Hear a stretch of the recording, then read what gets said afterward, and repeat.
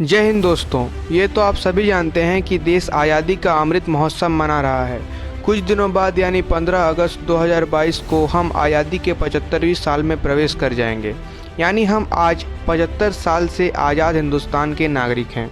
आज़ाद हिंदुस्तान, ये शब्द हमें गर्व की अनुभूति तो कराता ही है, पर उन दुखों के पलों को भी याद दिलाता है जब भारत माँ के कई वीरों ने भारत माँ को आज़ाद करवाने के लिए अपने प्राणों की आहुति भी दे दी थी। तो दोस्तों, आज हम 14 अगस्त 1947 की वो काली रात भारत के नागरिकों पर कैसी बीती थी, उसी को जानने का प्रयास करेंगे। तो चलिए चलते हैं 14 अगस्त 1947 की उन काली यादों की ओर। 14 अगस्त 1947 को काली रात इसलिए कहा जाता है क्योंकि इसी दिन भारत माँ के दो टुकड़े हुए थे, जो था हिंदुस्तान और पाकिस्तान। इस बंटवारे का सपना मोहम्मद अली जिन्ना ने 3 जून 1947 को ही देख लिया था और इस दिन मोहम्मद अली जिन्ना का ये नापाक सपना पूरा भी हो गया था। इस दिन तारीख तय की गई 15 अगस्त 1947। 14 अगस्त को पाकिस्तान को बनाया जाना था और हिंदुस्तान के हर एक चीज़ का बंटवारा भी करना था। हर एक सरकारी दफ्तरों में पड़े किताबें, टाइपराइटरों, यहाँ तक कि टेबल और कुर्सी की गिनती शुरू हुई। रिजर्व बैंक के तहखानों में पड़े हर एक पुराने नोट, सोने की ईंट तक का बंटवारा किया गया। इस बंटवारे से सत्ताधारी नेता भले ही खुश हों, पर आवाम एकदम खुश नहीं थी। उनके लिए तो ये अपनी माँ का बंटवारा था। आज भी वो काली रात भारत को याद है कि किस तरह से भारत माँ के दो टुकड़े किए गए थे। अगर हम आज की बात करें तो दोनों देशों को आज आज़ाद हुए 75 साल होने को हैं, पर इन दोनों देशों में आज भारत विश्व गुरु के मार्ग पर चलकर सफल होता नजर आ रहा है और दूसरी ओर पाकिस्तान आए दिन महंगाई और कर्ज तले डूबा जा रहा है।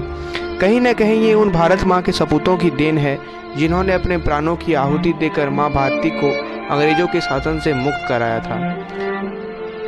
आखिर में कुछ पंक्तियां माँ भारती के उन सपूतों के नाम जो आज भी हमारे दिलों में अमर हैं और माँ भारती के रक्षा के लिए भारत देश की भावी पीढ़ी को हमेशा प्रेरित करते रहेंगे।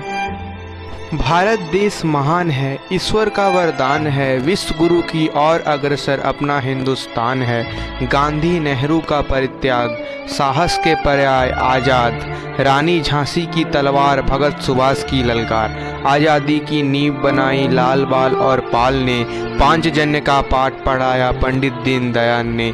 सीमा के सैनिक बलिदानी, शौर्य हो गई उनकी दीवानी। मत भूलो इनकी कुर्बानी, भूल गए ये अपनी जवानी। फहराए तिरंगा शान से, गर्व और अभिमान से, सब पर लिपटे शोभा बढ़े शहीद के सम्मान से।